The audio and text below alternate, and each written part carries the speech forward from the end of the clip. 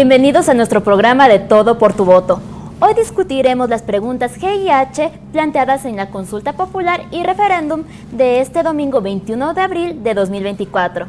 Hoy nos acompañan el abogado penalista José Elías Cárdenas y el experto en seguridad Jean-Paul Pinto. Bienvenidos, chicos. Gracias por la invitación. Ahora veremos un video explicativo de las preguntas en donde se detallarán resumidamente cada uno de sus anexos. En esta emisión de Todo por tu Voto realizaremos el análisis de los literales G y H de la consulta popular y referéndum que tendrá lugar este domingo 21 de abril. La pregunta que corresponde al casillero G dice: ¿está usted de acuerdo con que se incrementen las penas de los delitos de terrorismo y su financiación, producción y tráfico ilícito de sustancias catalogadas sujetas a fiscalización, delincuencia organizada, asesinato, sicariato, trata de personas, secuestro extorsivo, tráfico de armas, lavado de activos y actividad ilícita de recursos mineros, reformando el Código Orgánico Integral Penal? Dentro de los artículos que deberán ser reformulados en el Código Orgánico Penal están el 60, 79, 80, 81, 82, 91, 92, 93, 94, 95, 140, 141, 142, 143, 162, 260 y 317, los cuales hacen referencia a las penas por cometer los delitos anteriormente enumerados. Por otro lado, la pregunta que corresponde al casillero H dice: ¿está usted de acuerdo con que las personas privadas de la libertad cumplan la totalidad de su pena dentro del Centro de Rehabilitación Social en los delitos de financiación del terrorismo, reclutamiento de niños, niñas y adolescentes con fines delictivos, secuestro extorsivo, producción ilícita de sustancias catalogadas sujetas a fiscalización, actividad ilícita de recursos mineros, armas de fuego, municiones y explosivos prohibidos o no autorizados, tenencia y porte no autorizado de armas, extorsión, revelación de identidad de agente encubierto, informante, testigo, persona protegida o funcionario judicial protegido, tráfico de influencias, oferta de realizar tráfico de influencias y testaferrismo, reformando el Código Orgánico Integral Penal. En caso de ser aprobadas ambas preguntas, el presidente de la República, en el plazo máximo de 5 días posteriores a la publicación de los resultados, remitirá el proyecto de ley reformatoria al Código Orgánico Integral Penal COIP, que contenga las reformas para cumplir con lo establecido en esta pregunta. La Asamblea Nacional contará con el plazo máximo de 60 días para debatir y aprobar la reforma legal, conforme el trámite previsto en la ley de la materia. Estas preguntas están orientadas para realizar cambios en materia de derecho constitucional y penalista en el Ecuador, por lo cual es necesario que la ciudadanía tenga una noción clara de su naturaleza y pueda votar con conciencia. Comencemos con la primera pregunta. ¿Ya? Vamos a empezar. En cuanto al literal G, ¿mejorará la seguridad del país con el aumento de penas para los delitos señalados en la pregunta? No, mira que realmente es un falso discurso que hay, es una cosa, un estereotipo que tenemos, que pensamos que mientras más penas haya acumulativas, mejor estará la seguridad, y eso es falso. Inclusive hay gente que pide el tema de la pena de muerte, y la gran mayoría de países que tienen la pena de muerte, por ejemplo, no son los países más seguros del mundo. Entonces, erróneamente se piensa que mientras más tú criminalices y acumules las penas, seguramente una sociedad es más segura.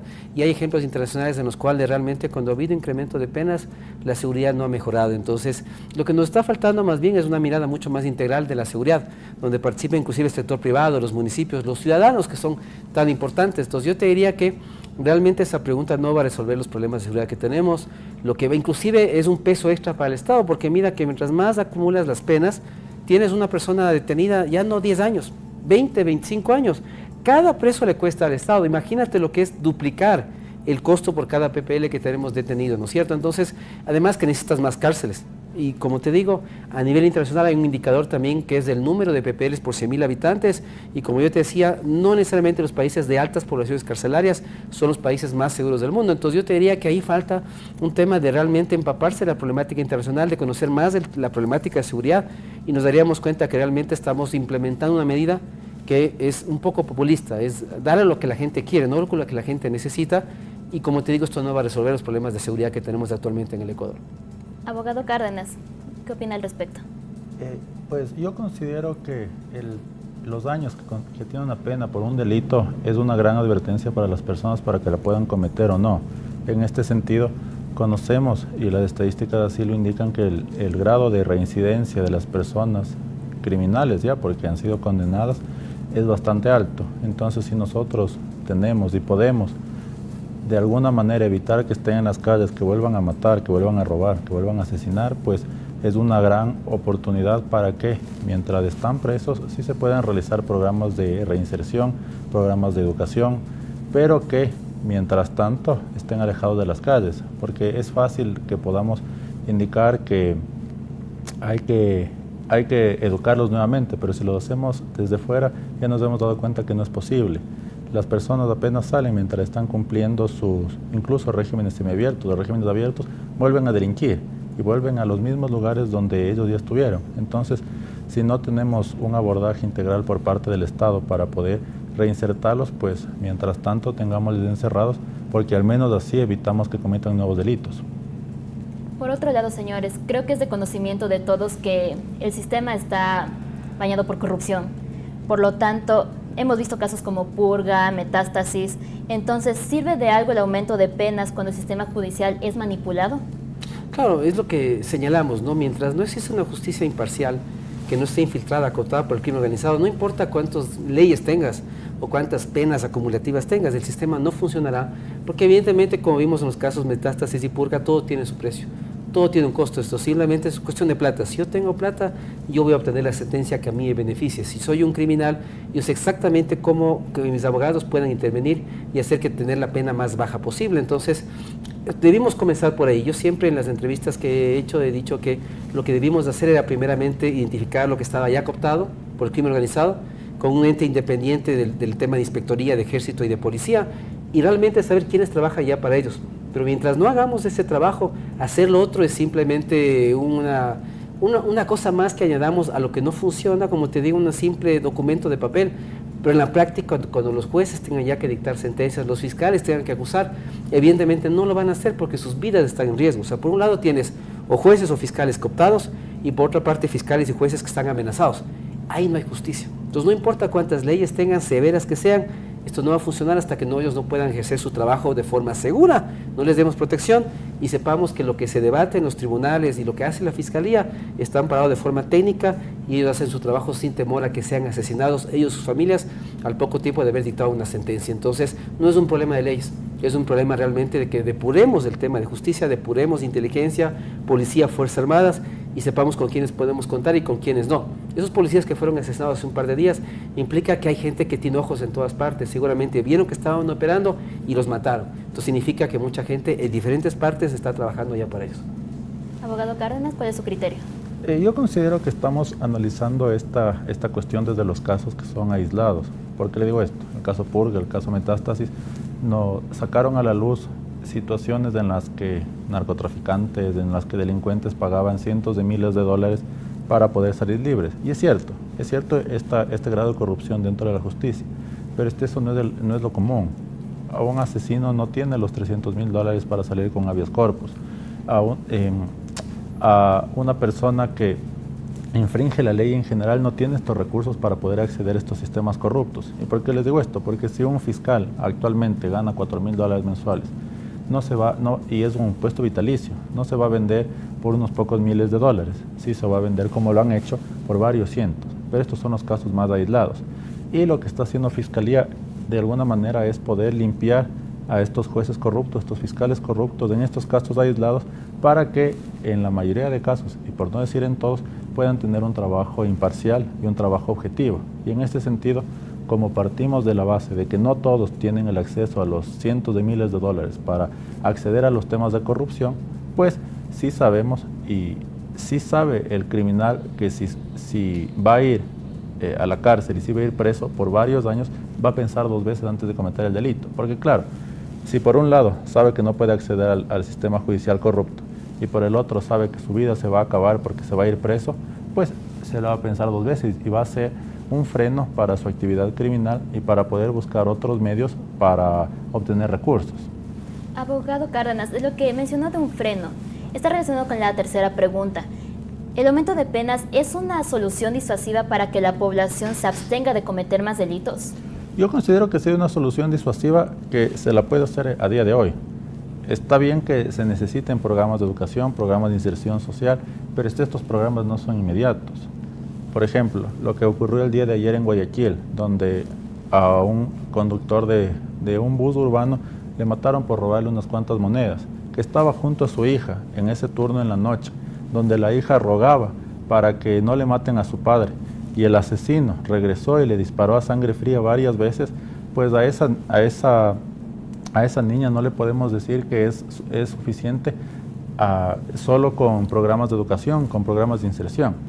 Parte de la justicia que requiere esta niña, que perdió a su padre el día de ayer en Guayaquil por unas cuantas monedas, es saber que el asesino de su padre no va a estar libre para volver a cometer los mismos delitos y para volver a destruir otras familias. Entonces sí, considero que el aumento de penas, por un lado, sí disuade a las personas, y si no las disuade y cometen el delito, pues al menos las mantenemos alejadas para que no puedan volver a reincidir, no puedan volver a matar, a robar, a extorsionar, porque eso es lo que pasa.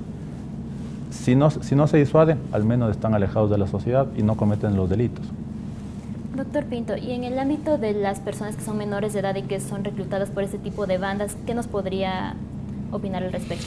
Bueno, mira, esa es una problemática muy compleja. El otro día en la Católica un poco debatíamos sobre estos temas con una persona que estaba en territorio, y es increíble, el tema de reclutamiento comienza a los 7, 8 años. Es muy, muy temprana la edad de reclutamiento de los grupos de disidencia en Colombia.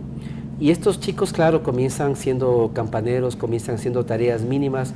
Lo del otro día de San Bruno tiene que haber sido esto. Cualquier niño que estaba por ahí escucha algo, identifica algo y enseguida avisa. Entonces, es un tema muy complejo, porque mira que ahí lo que pasa es que el Estado está ausente. Esos chicos no tienen oportunidades, no tienen escolarización, no tienen nada, o sea, no tienen futuro. Y lo más peligroso en seguridad es cuando te enfrentas a gente que no tiene nada que perder. Y estos chicos no tienen nada. Entonces, e inclusive lo que hablamos es que para ellos es un juego. Para este chico, ¿no es cierto?, este Boquita, que es el que le mató a un policía, y me parece que tenía, ¿qué?, 13 años, si no me equivoco, o menos. Es un juego para ellos. Cuando ellos hablan de estos temas de por qué mataron a alguien o por qué hacen temas ligados a los temas de delincuencia, es un juego, realmente son niños. Y entonces la idea es, como Estado, tú no les puedes ir a criminalizar, no les puedes ir a coger y meterles presos durante 40 años, sino darles las oportunidades que tal vez nunca tuvieron. Y mira que el sector privado ahí tiene un juego fundamental. Yo conozco programas en el Brasil donde los bancos básicamente les dan un monto a los niños por cada año que aprueban en el colegio, pero no pueden sacar hasta que se gradúan. Y eso implica que les dan un incentivo para que por lo menos acaben el colegio, y al acabar tengan una plata para que puedan entrar a la universidad o poner su negocio o hacer algo de sus vidas. Pero lo que nos está faltando es mucha política social, sobre todo en los temas de frontera, mucha política económica, intervención del sector privado, porque realmente los grupos criminales, cuando el Estado no está presente, las familias no están estructuradas, están los niños abandonados, los jóvenes están a su suerte, es caldo de cultivo muy fácil, porque el grupo criminal es la familia.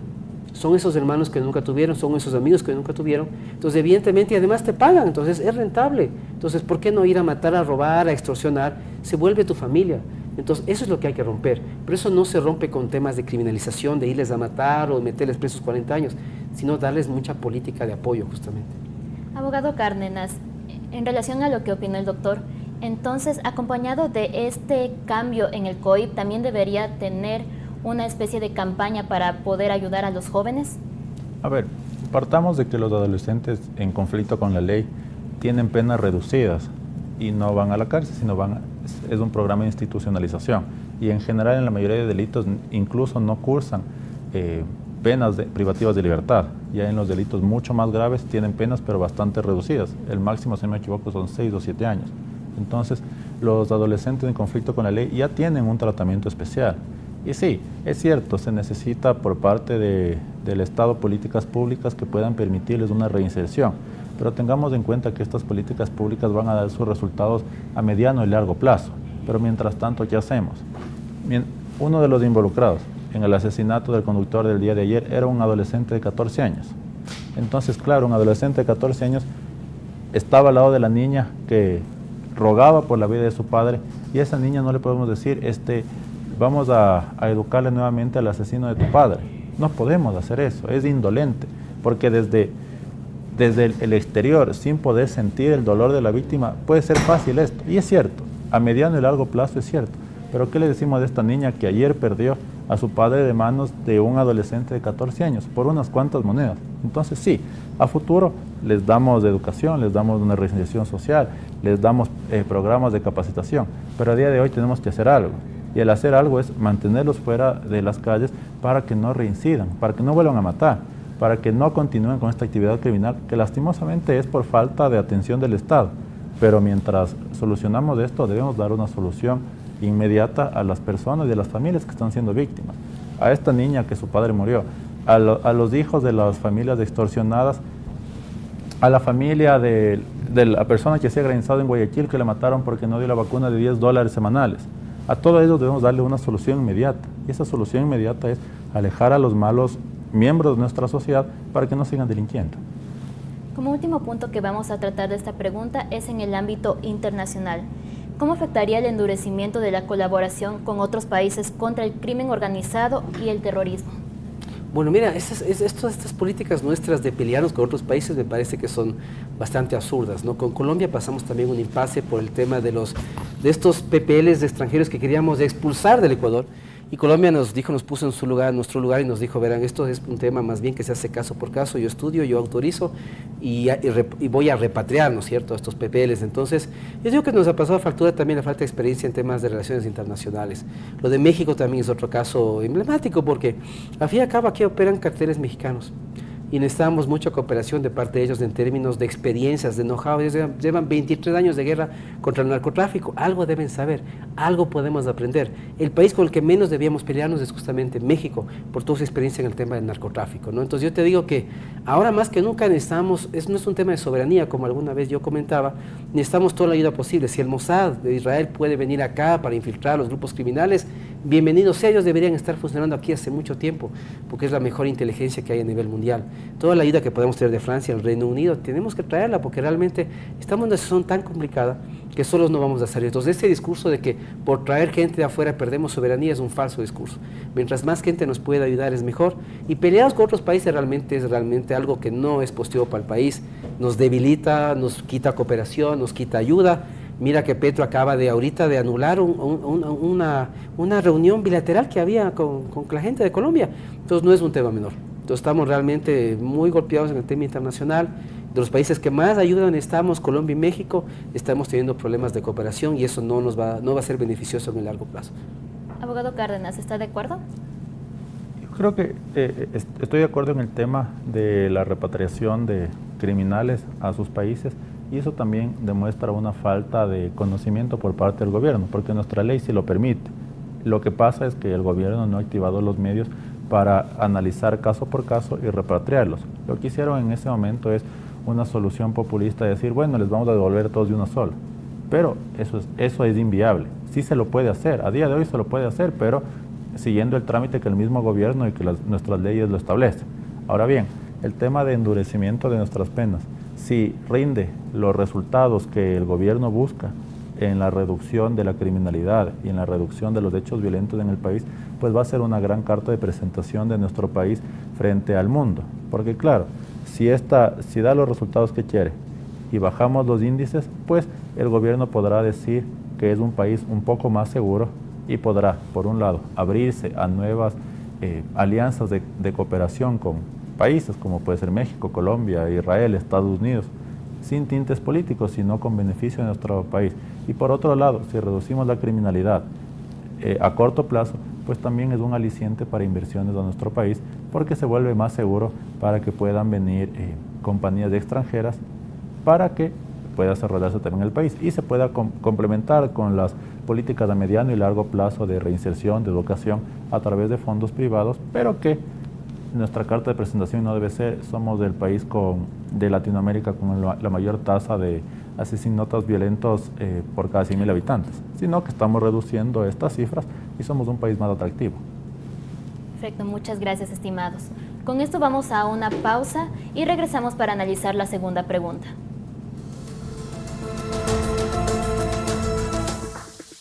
¿Estás listo para el futuro? ¿Tienes las habilidades que más importan? El mundo está cambiando muy rápido y tienes que estar preparado. Tienes que pensar creativamente, mezclar la innovación, la tecnología, el arte y la cultura. para poder resolver problemas de nuevas y emocionantes maneras. Necesitas liderar, ser alguien que inspire e influencie a los demás. Necesitas inteligencia emocional, la habilidad de entender y conectar con la gente. Pero eso no es todo. También necesitas aprender rápido, experimentar, probar, fallar, mejorar y evolucionar de nuevo. Ser alguien que se adapta y crece con los cambios. Prepárate, necesitas estar listo. Estudia en Nodo, Campus de Desarrollo Creativo, UDLA. Esto es todo por tu voto. Ahora analizaremos la pregunta H. Recordemos que está relacionada con que las personas cumplan totalmente toda su pena. Por lo tanto, me dirijo primero a usted, doctor Yang. ¿Se garantizará los derechos humanos y la dignidad de los reclusos si se les obliga a cumplir la totalidad de su pena? Mira que ahí igual estamos tratando de legislar en función de casos súper específicos, ¿no? Y aquí se me viene a la mente el caso Glass. Cuando salieron de la audiencia de habeas corpus, unos abogados dijo es que lo que vamos a hacer es que él ya cumplió el 60% de su pena y por lo tanto ya debería estar libre. Entonces yo siento que a veces tratamos de generalizar una cosa, pero por casos súper específicos, ¿no?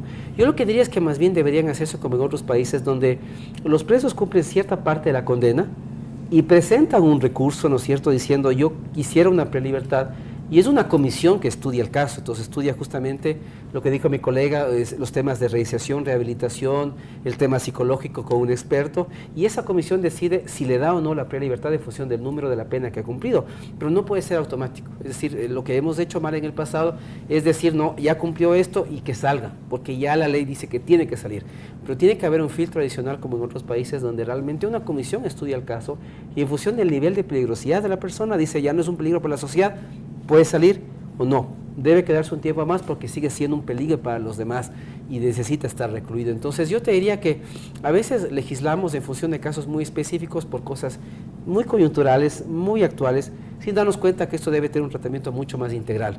Entonces, y como digo, o sea, el hecho de tener mucho tiempo a una persona encarcelada implica costos. Por ejemplo, el modelo Bukele es insostenible. O sea, esto funciona mientras Bukele esté ahí. Pero tener a gente encarcelada 40 años en esas megacárceles que él tiene, cuando él ya no esté y el país entra en crisis, ¿quién va a pagar eso?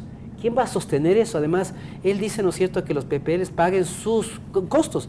Las familias de los PPLs son familias de estratos muy bajos. Los porcentajes de PPLs que pertenecen a los estratos más bajos de la población son la mayoría, son no sé si el 70-80%. Entonces es imposible. Entonces, como te digo, a veces no pensamos que los temas ligados al sistema carcelario implican unos costos para el Estado. Y lo que estamos haciendo con las medidas que tenemos alternativas es justamente, primeramente, reducir el hacinamiento y segundo, reducir estos costos implícitos del tema de cada PPL, que es un costo individual multiplicado por el número de PPLs que tenemos, ¿no?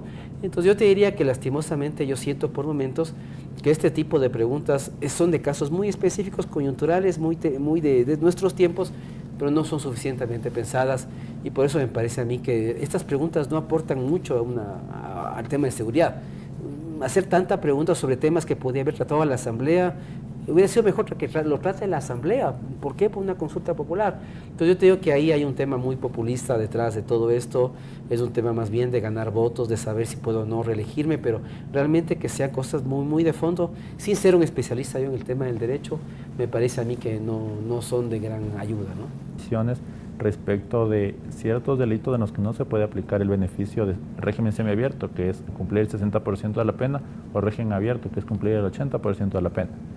¿Cómo son? Por ejemplo, el esposo que le mató a su mujer, un femicida, el político que le robó al Estado y condenado por cohecho, concusión, enriquecimiento ilícito. Ellos no pueden acceder a estos beneficios. Y no ha habido nadie que salga a decir que esto afecta a los derechos humanos o afecta algo. Lo que estamos haciendo es incluir los delitos de mayor conmoción social, el asesino, el terrorista, los que están involucrados en delincuencia organizada, para que ellos tampoco puedan salir. Y es cierto, como dice mi colega, hay un costo por mantener a una persona privada de libertad que lo asume el Estado, pero yo prefiero pagar ese costo en alimentación, en vivienda, en tenerlo encerrado, a que salga por ahorrarme esos dólares y que mate a una persona, que viole a una persona, que atente contra los bienes jurídicos más preciados que nosotros tenemos. Entonces sí, cuesta, pero es un valor que podemos asumirlo para evitar todos los hechos que ellos están realizando. Entonces es importante mencionar que esto ya está permitido. Y es cierto, como como también indica, esto se le pudo haber debatido en la Asamblea. Y el anexo indica que el presidente tiene 5 días para remitir el proyecto de ley y la Asamblea tiene 60 días para aprobarlo. Pero ¿qué es el mensaje que está atrás de esto? Es la voluntad popular expresada del pueblo de decirle a la Asamblea: déjense de politiquerías, déjense de cálculos políticos, nosotros queremos más seguridad, queremos que nuestras familias estén seguras en sus casas, y la manera de decirlos es a través de esta consulta, es decirle a la Asamblea que no jueguen con cálculos políticos, que queremos seguridad y la seguridad es a través de esto. Y sí, se va a reducir los índices de criminalidad porque los criminales ya ellos realizan sus cálculos, dicen: ok, me condenan por esto, son 8 años, pero como salgo al 60% y yo ya voy a estar tranquilo a los 5 años y medio. Entonces, claro, de nada nos sirve el tema de las penas si ellos saben que van a salir antes. Entonces, por ese lado es importante que a las personas más peligrosas las podamos tener aisladas de la sociedad el mayor tiempo posible, mientras desarrollamos programas de reinserción, de educación, de empleo. Pero mientras pasa esto, que no es inmediato, pues sí tengámosles alejados. Evitemos que maten, evitemos que extorsionen, evitemos que hayan problemas de delincuencia organizada. Entonces, Jan, ¿qué es lo que busca el gobierno al colocar esta pregunta? Es un poco, como dice mi colega, un poco de apoyo popular. Él quiere sentir, o sea, le da un mensaje también a la Asamblea, ¿no es cierto?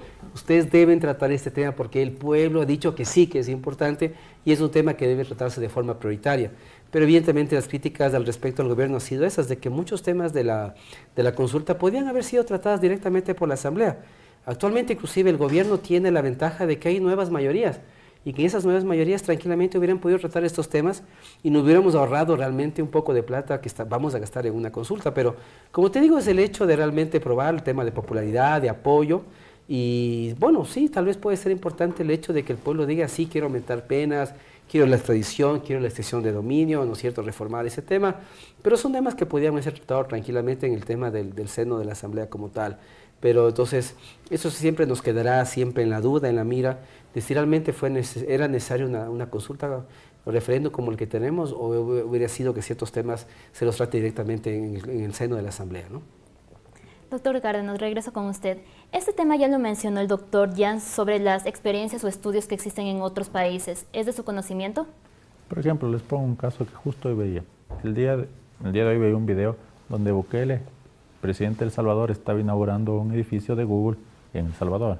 Entonces, claro, aunque, como comentaba mi colega, parte de la responsabilidad para poder reducir los índices de criminalidad es que el sector privado se involucre en el desarrollo de la sociedad.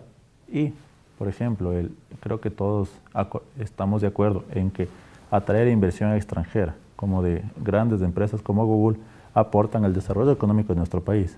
Entonces, podemos ver que El Salvador, de ser un país extremadamente peligroso hace un par de años, a día de hoy, a inaugurar una sede de una multinacional tecnológica de las más grandes del mundo en su territorio, algo debe estar haciendo bien. Entonces, claro, la reducción de la criminalidad me atrae la inversión extranjera y me permite que se vaya desarrollando mi sociedad. Quizás, como dice mi colega, puede o no ser perdurable en el tiempo, pero a día de hoy está funcionando. Si al salvadoreño hace 10 años le decíamos que iba a tener inversión extranjera de multinacionales, quizás no lo hubiera creído. Si al salvadoreño hace 10 años le decíamos que el índice de criminalidad de las maras iba a reducirse ostensiblemente, quizás no nos creía, pero a día de hoy se lo está realizando. A día de hoy está rindiendo frutos. Entonces, a día de hoy estamos teniendo resultados. El tiempo nos dirá si son perdurables en el tiempo o no, pero al menos los tenemos, cosa que nosotros no lo hemos tenido, cosa que Colombia le ha tomado décadas, cosa que México sigue luchando con el tema del narcotráfico. Entonces, podemos aprender de ellos, pero algo también están haciendo mal que no lo pueden erradicar. Entonces, debemos estar abiertos a experiencia de otros países, tomar lo bueno sin bandera política y poder rechazar lo malo. Y en ese sentido, yo considero que la experiencia extranjera, como el tema de El Salvador, nos está dando luces de qué está funcionando a día de hoy. Para cerrar esta emisión, ¿la ciudadanía está lo suficientemente informada para acercarse a las urnas de la consulta popular y referéndum? Mira que es una pena, ¿no? Yo creo que el Ecuador es de los países que tienen los hábitos de lectura más bajos del mundo, seguramente. Con suerte, una persona promedio en el Ecuador leerá un libro al año. Y mira que la gente no lee. Entonces yo creo que mucha gente lo que va a ir va a ir a votar en función de un tema emocional. Es decir, me están cortando la luz, el presidente subió el IVA, aumentaron los delitos, voto no. O dice, no, el presidente está haciendo bien, se peleó con México, le metió preso a Glass, voy a votar sí. La gente a duras penas leerá las preguntas y los anexos, imposible, no va a leer. Entonces mira que inclusive hay un error en los términos de comunicación de las preguntas, porque deberíamos tener estrategias de comunicación en los medios que los jóvenes miran, en un TikTok.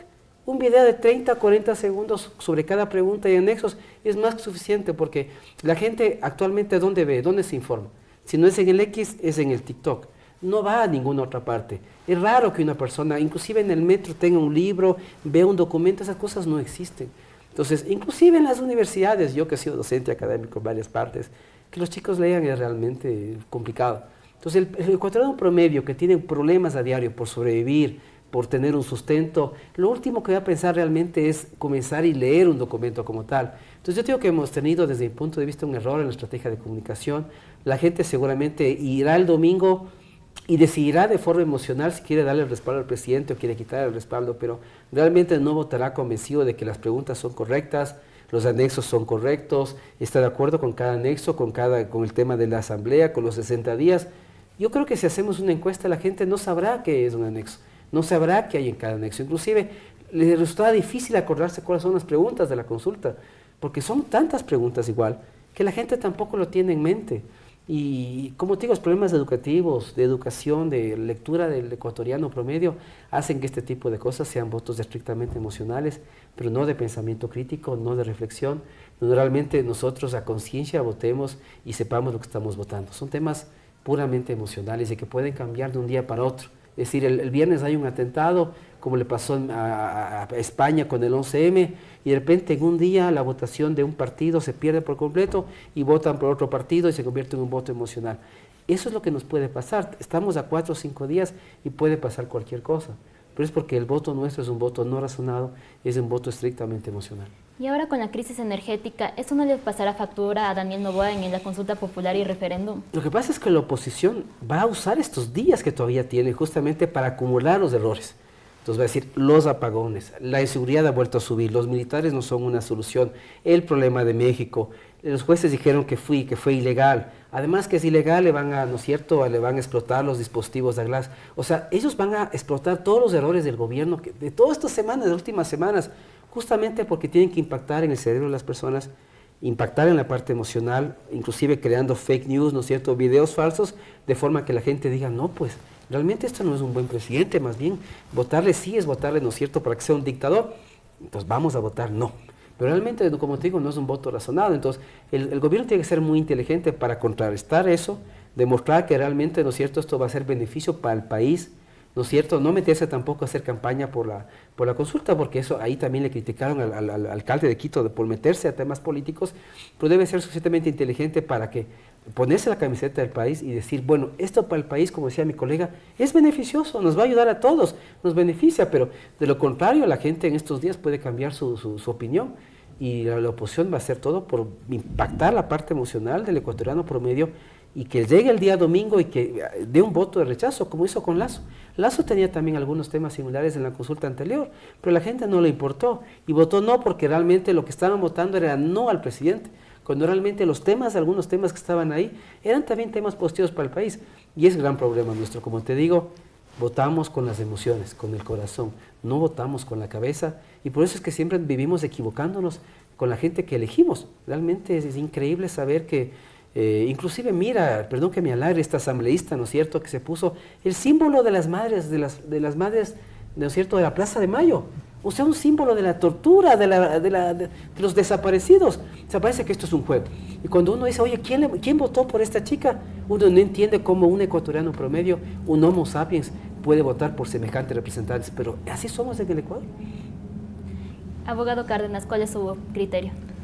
Pues yo considero que es importante apreciar la opinión de las personas. Nuestra democracia es darle la voz y el voto a todos, no solo a los que hemos tenido el privilegio de estudiar, no solo a los que hemos tenido el privilegio de leer, sino al hombre de a pie, al padre de familia que se esfuerza cada día y que sí, vota con el corazón, vota por su seguridad, darle el voto a la hija del conductor del bus que le mataron a su padre el día de ayer, la que, claro, con sentimiento, con rabia, con frustración, con desesperación va a votar que sí, que el asesino de 14 años de su padre se quede en la cárcel, de que no salga antes, porque el tema emocional no debe ser visto como algo malo, debe ser visto como una voz de auxilio por parte del pueblo.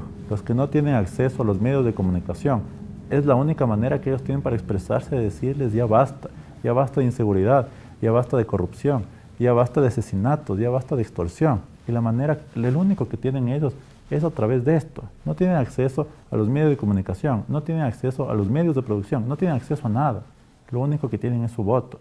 Y decir que porque no han estudiado, porque no han leído, porque es solo sentimental, está mal este voto, también es denigrarles a ellos. Porque claro, no pueden leer, pero porque están trabajando 16 horas al día. No pueden acceder a una educación formal porque el Estado no les da las herramientas para esto. Pero mientras tanto, al menos escuchemos su voz, escuchemos su clamor. Y esto es parte de la consulta popular, de decirle a la Asamblea, déjense de sus debates inocuos y legislen a favor de nosotros, de sus votantes. Y mientras tanto, sí, en el futuro hacer programas de reinserción, de educación, de empleo. Pero mientras tanto queremos una solución ya, una solución que dejemos de ser uno de los países con la mayor tasa de homicidios a nivel mundial, que dejemos de ser más peligrosos que México. Ahora a un mexicano le da miedo venir a Ecuador, cuando era al revés. Antes nosotros teníamos miedo de ir a México, ahora no. Ahora al mundo le da miedo venir a Ecuador. La embajada americana a sus conciudadanos les da alertas de que no vengan a Ecuador. Entonces la manera de combatir esto es con herramientas y con soluciones inmediatas, que tengan relación con políticas públicas a mediano y largo plazo, pero necesitamos soluciones inmediatas a través de esta consulta, inmediatas a través del apoyo al gobierno, inmediatas a través de un llamado de atención a la Asamblea Nacional. Y esto de esta consulta es un tema, sí, de popularidad para el presidente, pero es una validación de su gestión, es una forma de apoyar a reducir los índices de criminalidad, a apoyar el esfuerzo que él está realizando. Podemos estar de acuerdo o no, pero ahora todos tenemos que estar unidos en favor del país, en favor de la seguridad, en favor del ecuatoriano de pie que sí trabaja, no el criminal, y el criminal que se quede el mayor tiempo posible alejado de la sociedad hasta que tengamos una solución para reinsertarlo socialmente. Mientras tanto, paguemos el precio de tenerlo alejado, de que no mate, de que no viole, de que no extorsione. Y ahí sí, pues, podremos ver mejoras en nuestro país. José Ayán, muchas gracias por habernos acompañado el día de hoy en esta emisión. Gracias a ustedes. Gracias. Y desafortunadamente nos hemos quedado sin tiempo. Agradecemos por sintonizarnos y hasta la próxima.